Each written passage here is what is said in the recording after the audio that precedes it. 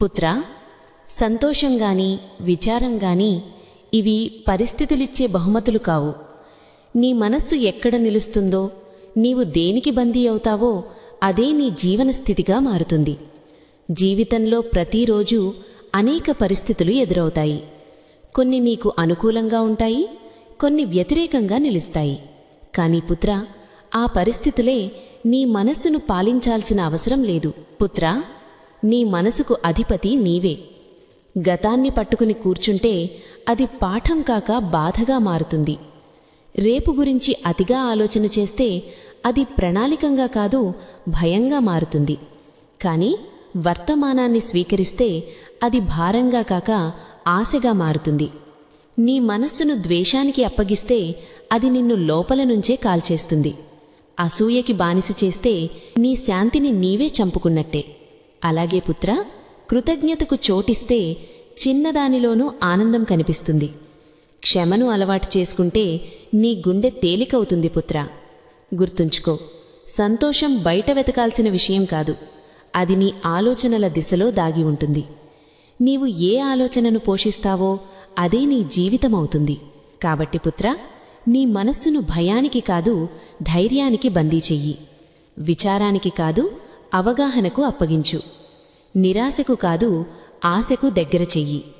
అప్పుడు పరిస్థితులు ఎలా ఉన్నా సరే నీ అంతరంగంలో ప్రశాంతత వెలుగులా వెలుగుతుంది. అదే నిజమైన సంతోషం. పుత్రా, పుత్రా, జీవితంలో నీకు ఎదురయ్యే ప్రతి సంఘటన కూడా ఆకస్మికం కాదు, అజ్ఞాత శత్రువు చేసిన పని కాదు. నీ కర్మ వేసిన అడుగులే నేడు నీ ముందుకు వచ్చి నిలుస్తాయి. నీవు వేసిన ప్రతి ఆలోచన, చేసిన ప్రతి మాట, చూపిన ప్రతి చర్య అన్నీ కనిపించని విత్తనములు వంటివి. వాటికి కాలమే నేల, పరిస్థితులే వర్షం. ఎప్పుడు మొలకెత్తాలో కర్మకే తెలుసు పుత్రా. కాని మనిషి చేసే పెద్ద తప్పు ఏమిటంటే ఫలితం చేదుగా ఉంటే వేరొకరిని నిందించడం, వాళ్ల వల్లే ఇలా అయ్యింది అని అనుకోవడం. అది నిజానికి సమస్యకు పరిష్కారం కాదు పుత్రా. అది నీ బాధకు ఒక తప్పుడు కారణం మాత్రమే. ఇతరులను నిందించిన క్షణమే నీవు నీ శక్తిని వదిలివేసినట్టే. ఎందుకంటే నిందించేవాడు తన జీవితం మీద అధికారం ఇంకొకరి చేతికి అప్పగించినవాడవుతాడు. పుత్రా, నీ కర్మకు బాధ్యతను నీవే తీసుకున్న రోజే నీ జీవితం మారడం మొదలవుతుంది. తప్పును ఒప్పుకోవడం బలహీనత కాదు పుత్రా, అది నిజమైన ధైర్యం.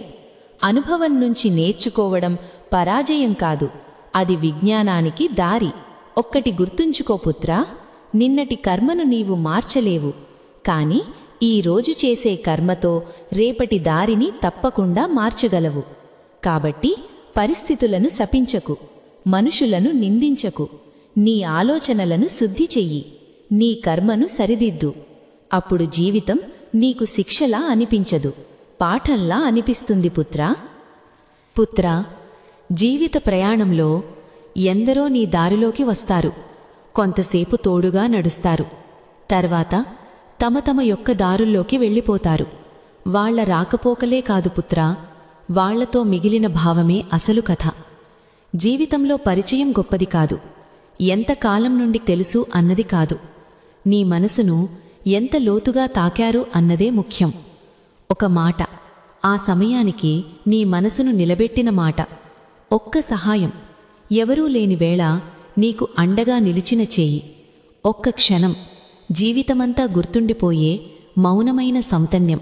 ఆ ఒక్క మాట, ఒక్క చేయి, ఒక్క క్షణం నీ జీవితంలో చెరగని ముద్ర వేస్తాయి పుత్రా. ఆ జ్ఞాపకం నీకు బలాన్నిస్తుంది, నీ ఒంటరితనానికి అర్థం చెబుతుంది, నీ ప్రయాణానికి దిశ చూపిస్తుంది. అందుకే వచ్చిన వాళ్ళాన్ని సంతోషపడకు, వెళ్ళిపోయిన వారిపై బాధపడకు. నీతో నిజంగా మిగిలిపోయిందేమిటో చూడు. అది చిన్నదిగా కనిపించినా అందులోని విలువ అపారమైనది.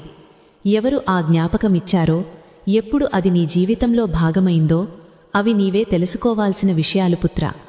అది నీవు లోపల దాచుకున్న రహస్యధనం లాంటిది పుత్రా. ఆ విలువైన జ్ఞాపకాన్ని కాపాడుకో. అది నీ గర్వం కాదు, నీ మూలం. నీ గతం కాదు, నీ బలం. నీ జీవితంలో నిజంగా గొప్పది అదే పుత్రా.